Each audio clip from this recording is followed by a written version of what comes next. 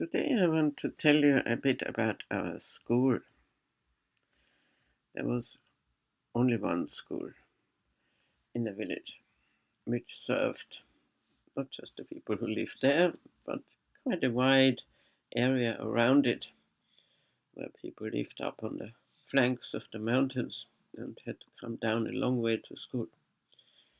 Anyway, the school building itself was built at the time of the Austrian monarchy, I think, and it looked like all buildings of this type.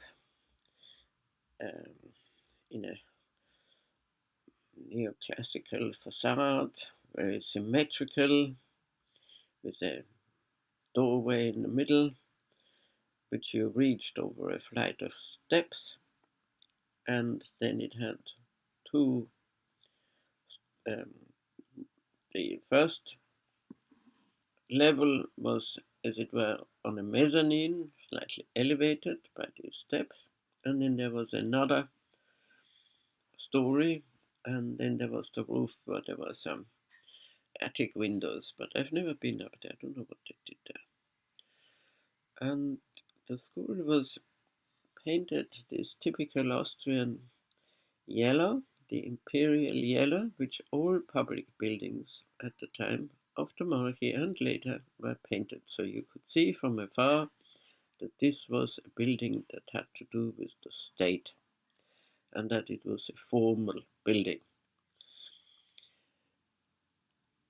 The school also had a yard behind it, or at least the width of the building and, uh,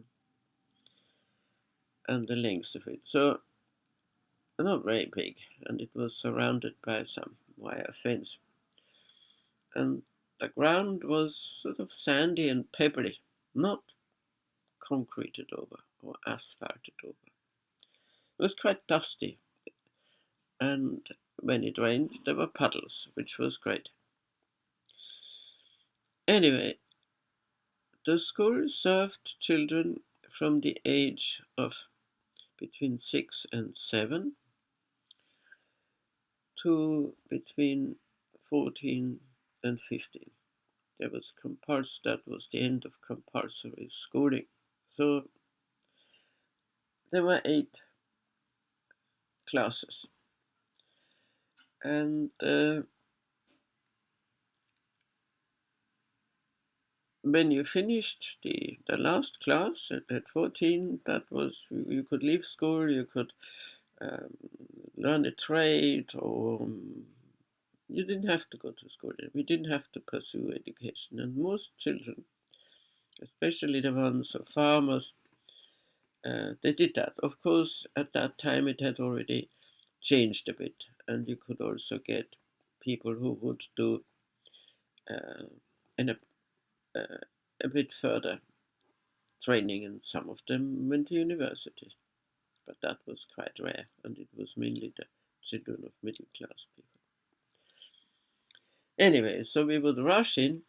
It started promptly at 8 o'clock and walked up that big stone staircase to the first floor. And on either side of that staircase were the classrooms. And the classrooms had high ceilings and were lit by 2 windows each. And it was set up so that there were rows of benches, wooden benches, where 2 children could sit. And so you had, I think it was 2 or 3 of these benches next to each other, and then there was a gap in the middle, and then the same on the other side, because the girls had to sit on one side and the boys on the other side. That was the custom. They only made an exception for me because I was put on the boys' side, which was meant to be a punishment, but I was quite happy being on the boys' side. And the reason why I had to go to the boys' side, was that I had taken the hair, the plaits. Girls had mainly plaits, with a parting in the middle of the head and two plaits on either side behind the ears. And I would take the plait of the girl in front of me, and I only did that once, and dip it in our inkwell, because each of our benches also had a container for ink. And of course, then her hair was full of ink, and her clothes were full of ink, and they made a big fuss, and what a terrible thing to do. I was inspired by that, to doing that, because I had a book at home, a lovely book, which described the adventures of a tomcat called Peter, who lived in Cat Town. And he did exactly that when he was at school, when he put the tail of one of the cat children into ink, and I imitated them. And in the book, he had to run round behind the girl with a glass of milk, and to keep her white tail in the glass of milk until all the ink had gone out. Now, fortunately, I didn't have to do that. They didn't think of that. They hadn't read that book. Anyway, from that day on, I was sitting with the boys. And the boys quite liked having me there. They didn't mind. They were very nice and chivalrous to me. So whenever I needed my pencil sharpened, they would sharpen the pencil for me. They would lend me their erasers, um, stuff like that. And as I said before, when we were talking about comics, the ones who sat at the back of the class, the ones who never learned to read, I was particularly popular with them. But anyway, I was popular with the boys. I liked playing with boys anyway. I preferred them generally to the girls. So that was the setup of the classes. And we had one teacher who taught all the subjects. And there were not that many teachers, because they didn't change all the time. They just stayed with us.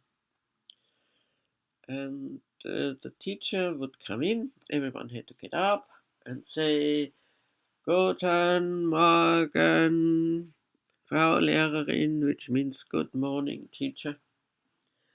And then she would say, Good morning, children, sit down, and we were allowed to sit down. And then we had to pay attention to whatever it was she was telling us. The most important equipment in this classroom was a huge blackboard. I don't think you've ever seen a huge blackboard like that. I don't think they do those anymore. But it took up nearly the whole of the wall that we faced. And one wrote on it with chalk, with white chalk. The blackboard, as the name says, was black. And the teacher wrote on it with chalk. And usually we had to copy what she wrote down in our books. Exercise books, our school books, which were made of fairly rough paper. And the different subjects that were taught, well, they're obvious. It was reading and writing, spelling, German spelling, of course, and they took great attention to our handwriting. First, we had to learn capital letters. And once we could do all the capital letters, we went on to the smaller letters, the printed letters. And I remember very well when I first learned the letter A, because the A was associated with A for apple. In German, it's Apfel, it's the same. And the ladder, if you think about it from the side, looks like a capital letter A. So the capital letter A was the ladder to get to the apple. So we had to first draw ladders, rows and rows of ladders, and then we drew proper A's. And similarly, the small letter A looks a bit like an apple. Only the stalk is not in the middle but at the side. And then we could color it in. I still remember it. I can see it very vividly. I covered my apples yellow and red. And then we had to learn what is known as cursive writing. I think you call it joined up writing. It's a loopy type of writing where you link the letters which are not the small letters but special letters that we had to learn that were very curvy together so that you had a nice coherent handwriting script. I quite liked doing that. And then, of course, there was the reading, and we had we all had the same books that we read from. There was no this one that and this one that. Everyone read the same, and the teacher would call one or the other of the children to come out and stand in front of the class and read half a page or so. And if the child did that well, she said, "Oh, well done, sit down." And if it was bad, well, then obviously you got berated. You have to practice more. This was terrible. You stumble over every other word. Obviously, you haven't done any practice at home. So next time you do better. So in that vein. And then, of course, there was also numbers. We had to learn how to add and how to do the times tables, and then how to subtract, takeaways, and multiplications. And this was my big problem. I could never make friends with numbers. The letters were my friends. I could read them easily, quite quickly. I liked the different words that the letters made. It, it was easy for me, and I enjoyed it. But the numbers, oh dear, the numbers. Well, I could write them all right, and I could read them all right. It's not difficult. But to manipulate the numbers, these complicated ways in which when you do times, when you multiply things, oh gosh, how did that work? And I could never, to this day, really remember my times table. I still have to figure it out. So if I have to figure out what 7 sixes are, I have to first think what are 5 sixes, because that's easy. It's half of 10. And then I have to think how much are 2 sevens, and then add it on, which I suppose is a more complicated way. But at least that way I could figure it out, whereas there was no way I could keep in my brain the times tables as such. I mean, yes, up to 6, that was sort of okay, but 7, 8, 9, no, 10, yeah, 11, yeah, 12, not so bad. Anyway, so that remained my bugbear, the numbers, and what to do with the numbers. And then this, what they call the equations, or how to figure it out, these things where you go to the shop and you have you want to buy so many sweets and you've only got so much money, and all that sort of stuff. I tried to get my head around it. I could understand the problem, but to figure out exactly how much money you would left with, or how then to divide it up, was beyond me. So that was my very worst subject. We also had things like natural history. I talked about that before when we went out into the fields and forests. That was nice. And we also sang a lot at school. The teacher would bring in her guitar and she would sing us a song and repeated it until we knew it by heart. And that passed the time, and it made us all sing in one voice, and that's a good way of keeping the class quiet and occupied and focused, and it taught us a bit of music, so that was fun. Now, we had 2 lessons, one after the other. I suppose they lasted 3/4 of an hour, and then there was the big break. And for the big break, everyone, doesn't matter what the weather, went out into the yard, and there we could run around and walk about, and, whatever. It was supervised by one of the teachers. And if the boys were fighting too much, then if they really fought each other so that blood was flowing, for instance, which happened quite often, they had to go to the director of the school. Now, the director of the school had a great big imposing office, and when the boys who had been fighting were brought before him with their heads hanging down and bloody, and he would take a wooden stick and hit them on the legs a few times and said, "This is very bad, stupid fighting, and you can fight at home but not at school." And off they went. So that was the punishment done, and then they were left alone. It was quite sensible in a way. I never was in trouble to have to go and see the director. The only time I got in trouble with him, I told you about that, is when he caught me stealing that plum from one of the shops. So the other thing, you go back to the classroom, we would run around, and after, I don't know, quarter of an hour, 20 minutes, we went back to our classrooms, and again we had to stand, wait for the teacher to come in, then sit down. I must say, of course, that there was absolutely no talking while the teacher was talking. We had to sit perfectly still and pay attention. There was no whispering, there was no talking. If we wanted to answer a question, we had to raise our hand and wait for the teacher to say, "Yes, what is it that you know?" And then we'd give the answer and so on. So it's very formal. And I was a fidgety child. And I would fidget and I would look out and I would drop things and so on. And in the last few years that I was at that school, I had a teacher who was very, very nervous. She couldn't bear fidgety children.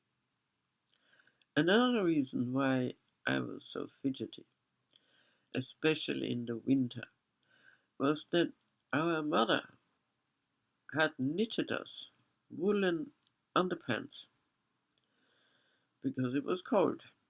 And we wore skirts, and if it has minus 10, 15 degrees and snow everywhere, she thought woolen underpants will keep us warm. However, we were of course playing around and falling over in the snow and sliding on the ice, and these woolen underpants got wet.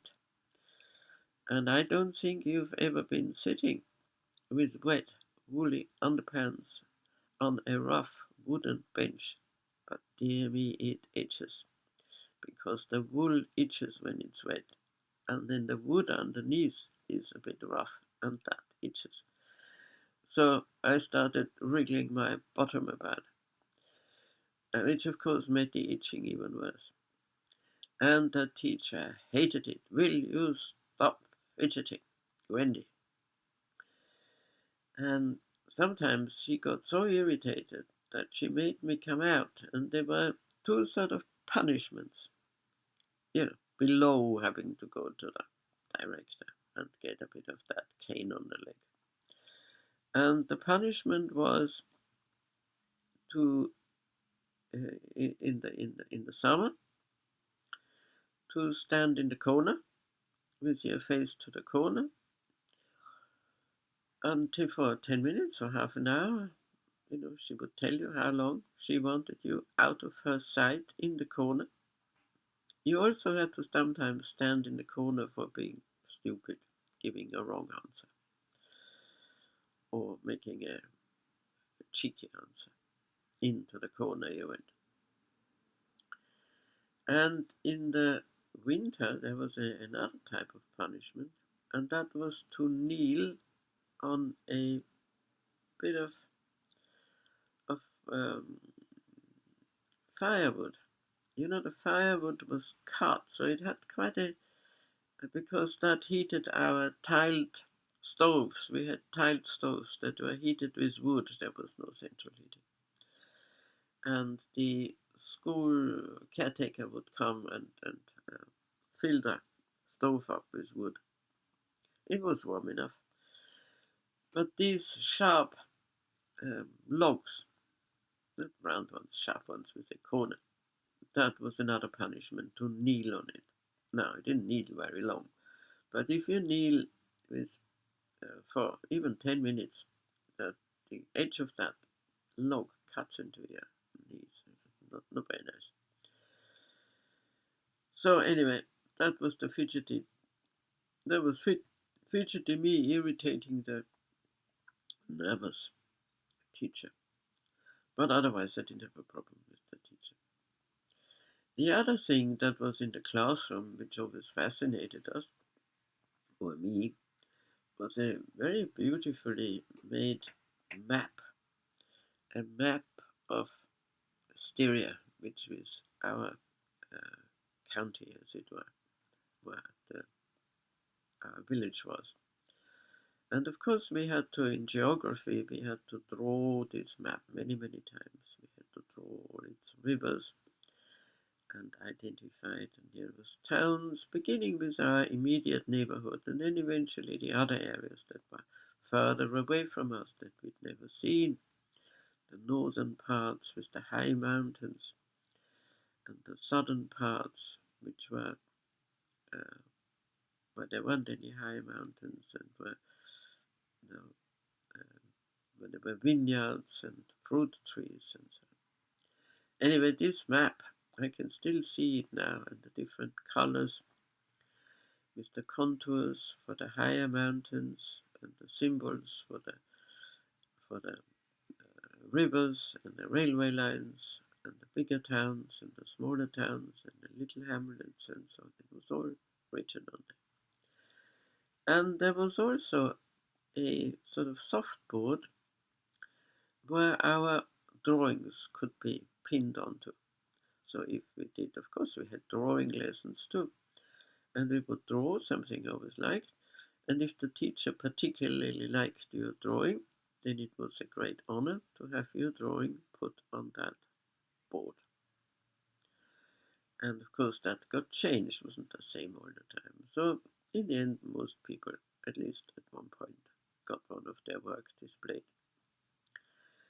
Now, of course, all our work was graded, was marked. Now, our homework every day, we brought it to the teacher, and she had the stack of our books there. How many children were in the class now that I think of it? Hard to say. Maybe 20, something like that. So it wasn't an enormous amount of work. So she would sit there while we were doing a drawing or copying out something, very quietly, of course, and she would go through our homework and then give us a mark. Now, in Austria, we get number marks and 5 numbers. The best number is a 1, and the worst number is a 5. A 5 means that you failed. 5 is nothing. You had to do it again. And she would always correct our homework with a red pen. And if you did badly, well, then it was full of red marks. And that already signaled that you were very close to a 5. Maybe you got away with a 4. And it was very pleasant if you got your homework back and there wasn't any red mark on it. You got it all right. And underneath it was a wonderful 1. That was something. I got that sometimes in dictation or in composition, but not in mathematics. That was always very close to the 5 or even getting the 5. So that was how the school worked. And it was, as I said, I liked it. The teachers were interested in what they were doing. And the best thing about it was that it was all over by 12 o'clock. You can even imagine it that you only have school for 4 hours. You have to be in school until the afternoon and it drags on. But when we were little, school started at 8 and finished at 12 or 12:30 sometimes. But you see, in those 4 hours, take away the quarter of an hour, 20 minutes of break time, everyone concentrated. There was no time wasted. It was just 4 hours of solid teaching. And so they got what they needed to do into that time. There was no running around, there was no telling people off, sit down, do this, share that with them, where's the photocopy of that, none of that. So this efficient way of organizing the lessons, old-fashioned way of course, and old-fashioned also in the way that it instilled obedience and discipline, which was afterward the point of school. Schools weren't invented so that people could become educated. They were invented so that they would learn to obey. And this was still very much the case when we were at school in the middle of the 19th century. So to sit still, to listen, to do what the teacher wanted, that was, in a way, the most important lesson. This is a lesson that is nowadays not so important anymore, because the old idea that schools are there primarily to discipline has been challenged. People have said that's not really fair, it shouldn't be. Children are free agents, they should have more freedom, they should be not so not treated so harshly.